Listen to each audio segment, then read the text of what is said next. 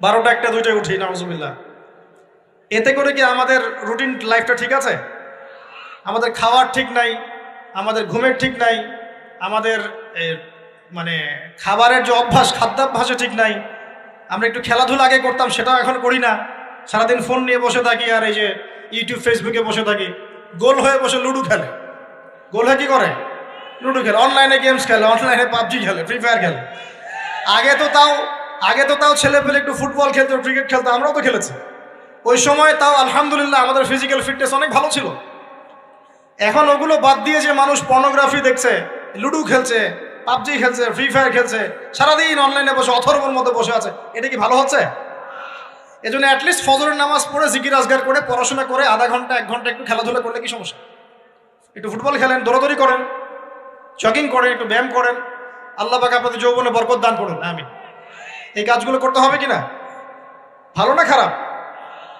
করেন। আর নিয়মতান্ত্রিক life lead করবো আমরা। নিয়মতান্ত্রিক, আমার জীবনে একটা রুটিন থাকবে, এই রুটিনের বাইরে যাব না। পড়াশোনার রুটিন থাকবে, খেলার বা এক্সারসাইজ রুটিন থাকবে, খাওয়া দাওয়ার রুটিন থাকবে, দাওয়ার রুটিন থাকবে, আমি আলেমুল আমাদের কাছে যাবো, এই রুটিন থাকবে।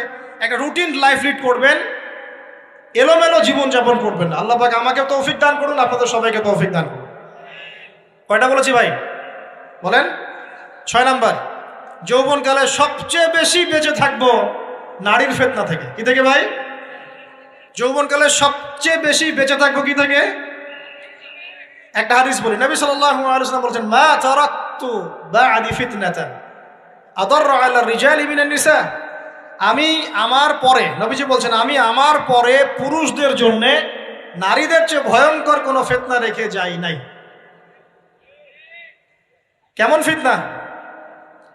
আপনি একটু অনেস্টলি বলেন তো দেখি, যে আমরা যারা পর্নোগ্রাফিতে টুকটাক আসক্ত বা এ ধরনের অনলাইনে বা অফলাইনে এ ধরনের হারাম সম্পর্কের সাথে আছি, মন থেকে কি আপনি ফিল করেন যে আল্লাহ আপনার সাথে আছেন? বলেন তো দেখি, অনেস্টলি বলেন। আপনি যখন নামাজ পড়ে বাসায় ফিরে যান, ফিরে যেতে যেতে যদি আপনার চোখে খারাপ কিছু পড়ে, আপনার মনের নূরটা নষ্ট হয়, আপনি বুঝতে পারেন না? বুঝতে পারেন না? যখন আপনি এরকম হারাম কোনো সম্পর্কে আছেন, নাউজুবিল্লাহ, আপনার মনটা যে শক্ত হয়ে গেছে, আপনি বুঝতে পারেন না? আল্লাহর ওয়াস্তে নারী জাতির ফিতনা থেকে সর্বোচ্চ দূরত্ব অবলম্বন করবেন। আল্লাহ পাক তৌফিক দান করুন। কি করব তাহলে আমরা? ওই যে বলেছি, হালাল সম্পর্ক করতে পারলে হালাল, যদি করতে না পারি সবর করবেন। কি করবেন? সবর করবেন, ভালো কাজে ব্যস্ত থাকবেন, বেশি বেশি রোজা রাখবেন। কি করবেন? বেশি বেশি রোজা রাখবেন। সোমবারে রোজা রাখবেন, বৃহস্পতিবারে রোজা রাখবেন। এভাবে আপনি আপনার জীবনটা গুছিয়ে নেন, আল্লাহ পাক প্রবৃত্তিকে নিয়ন্ত্রণ করার ক্ষমতা দিবেন ইনশাআল্লাহ। এরপরেও যদি ভুল হয়ে যায়, হতে পারে এই যুগটা ফিতনার যুগ, চরম ফিতনার যুগ। যদি কোনো ভুল হয়ে যায়, খবরদার আপনি হতাশ হবেন না। ভুল হয়ে গেলে কখনো হতাশ হবেন না। হতাশা শয়তানের পক্ষ থেকে আসে, কখনো হতাশ হবেন না। দেন ওযু করে জায়নামাজে দাঁড়িয়ে 2 রাকাত নামাজ পড়ে আল্লাহকে বলবেন, আল্লাহ আমার ভুল হয়ে গেছে, আমাকে মাফ করে দাও। পারা যাবে ইনশাআল্লাহ। জীবনে কখনো হতাশ হবেন না। জীবনে যাই হয়ে যাক না কেন, কখনো হতাশ হবেন না। মনে রাখবেন, আল্লাহ আপনার রব, আল্লাহ আপনার সাথে আছেন ইনশাআল্লাহ।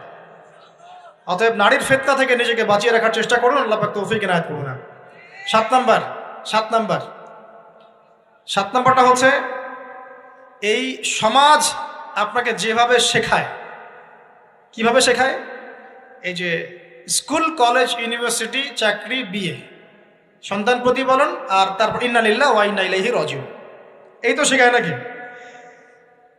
সবসময় মনে রাখবেন যে আল্লাহ রাব্বুল আলামিনের পরিকল্পনাই আপনার উপরে সবচেয়ে বেশি অগ্রাধিকার যোগ্য, সমাজের পরিকল্পনা নয়। পরিবার আপনাকে চাপ দিচ্ছে, চাকরি পাস না, পড়াশোনা করিস না, হ্যাঁ পড়াশোনায় কেন তুই 80 নাম্বার পাইলি না, কেন চান্স পেলি না, কবে চাকরি পাবি, কবে আমাদেরকে দেখবি, খাওয়াবি, পড়াবি, এই যে চাপগুলো চারপাশ থেকে আসে কিনা? অনেক যুবক দেখা যায় মাদকাসক্ত হয়, অনেকে দেখা যায় আত্মহত্যা করছে ইদানিং, করছে কিনা ভাই? এই শব্দটা থেকে আমি এই পয়েন্টটা আজকে লিখেছিলাম যে ভুলেও আল্লাহর প্রতি বিশ্বাস এবং তাওয়াক্কুল হারাবেন না। সমাজ যেভাবে শেখায়, সমাজ চারপাশে যে চাপ আপনাকে দিচ্ছে, এই চাপে নিজে গা ভাসিয়ে দিবেন না।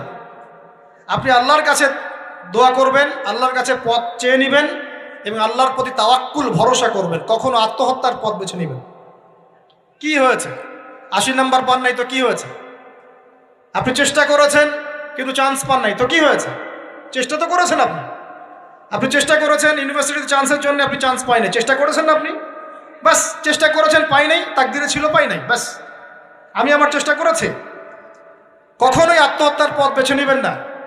আর আমরা পিতা মাতাদেরকে রিকোয়েস্ট করব, কোনো অবস্থাতেই সন্তানকে এত বেশি চাপ দিবেন না যে সন্তানটার এই কোমরটাই ভেঙে চলে। এই সমস্যাগুলো দিন দিন বাড়ছে সমাজের মধ্যে। কেন এত চাপ দিচ্ছেন? তার প্রতিভা কোথায় খুঁজে বের করুন। তাকে জোর করে কেন টেনে লম্বা করার চেষ্টা করছেন? আমাদের সমাজে বাচ্চা হয়ে গেলেই তার পিঠে একটা সিল মেরে দেয়, হয় ডাক্তার না হলে ইঞ্জিনিয়ার। কেন? এর বাইরে কোনো প্রফেশন নাই? আমার সন্তানকে হয় ঢাকা বিশ্ববিদ্যালয়ে চান্স পেতে হবে, না হলে বুয়েটে, না হলে এখানে। এর বাইরে আর কোথাও পড়ারই জায়গা নাই। আর এখানে পড়লেই আমার সে ছেলে না আমার মেয়ে একদম সবচেয়ে বড় জ্ঞানী হবে, অন্য কোনোভাবে হবে না, এটা গ্যারান্টি দেওয়া আছে?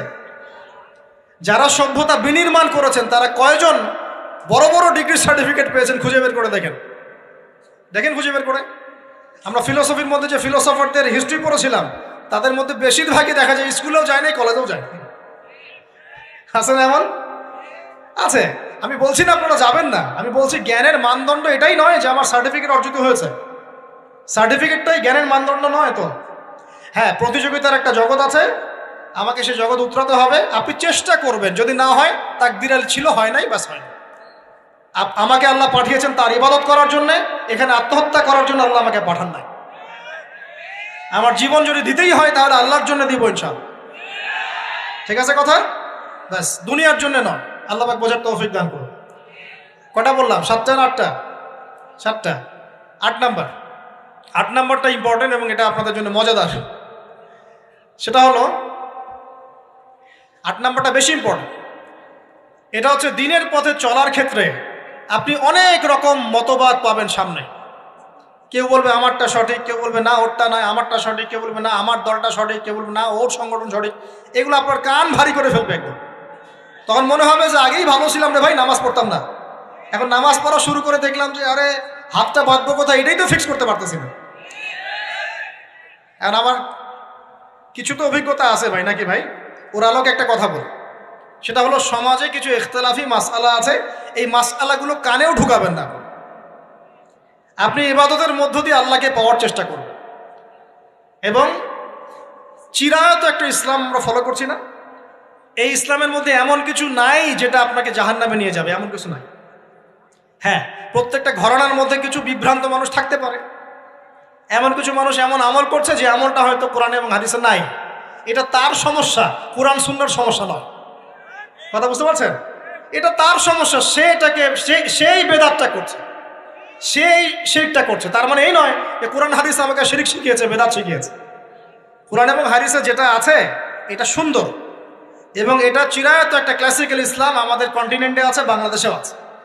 এখানে থাকলে আপনি বিভ্রান্ত হবেন না ইনশাআল্লাহ তাআলা। বরেণ্য ওলামায়ে কেরামদের কাছে গিয়ে অন্তত একজন হকপন্থী আলেমের সাথে পরামর্শ করে আপনি আমল করার চেষ্টা করুন। আর যে বিষয়গুলো নিয়ে ইখতিলাফ আছে এগুলো নিয়ে সমাজে মতপার্থক্য সৃষ্টি করে সমাজটাকে বিভক্ত করতে যায় না। আল্লাহর ওয়াস্তে মসজিদ ভাগ করতে যায় না, সমাজকে ভাগ করতে যায় না। জাতিগত ঐক্যটা রক্ষা করেন, আল্লাহ পাক বোঝার তৌফিক দান। আর যদি মানুষের মধ্যে খারাপ কিছু দেখি, ওই খারাপ কিছু বিষয়টা আমি এড়িয়ে যাবো ইনশাআল্লাহ। আর কোনটা ভালো কোনটা খারাপ আমি বুঝবো কিভাবে? আমি 10 জন আলেমের সাথে পরামর্শ করবো, বাস। আমি এত বড় আলেম নই, তাহলে আমি 10 জন আলেমের সাথে পরামর্শ করব যে হুজুর এই বিষয়টা চলছে, এটা সম্পর্কে আসলে বিষয়টা কি। একটা ঘরানার দিকে কখনো আপনি সাম্প্রদায়িকভাবে বায়াস্ট হয়ে যাবেন না। আপনি আপনার চিন্তাটাকে লিবারেল রাখবেন, হকটা যেখানে পাবো সেটা নিব ইনশাআল্লাহ। এমন নয় যে উনি বলেছেন বলেই হক আর কারোটা নিব না, ওনারটাই নেব, এভাবে চিন্তা করবেন না। হক যেখানে আছে সেখানে যাবেন আপনি ইনশাআল্লাহ। আল্লাহ পাক আমাদেরকে বোঝার তৌফিক দান করুন। আর যে ইখতিলাফগুলো আছে এগুলো নিয়ে সমাজকে বিভক্ত করতে যায় না, মতানৈক্য নিয়েই ঐক্য হবে ইনশাআল্লাহ তাআলা। আল্লাহ পাক আমাদেরকে এই কথাটা বোঝার তৌফিক দান। আর শেষের দুটো হলো যৌবনকালে আমরা আমাদের পরবর্তী জীবনের প্রস্তুতি গ্রহণ করবো ইনশাআল্লাহ। কারণ বার্ধক্যের জীবনে আপনি কিন্তু এই কাজগুলো এখন করতে পারছেন, সেগুলো পরে পারবেন না। অতএব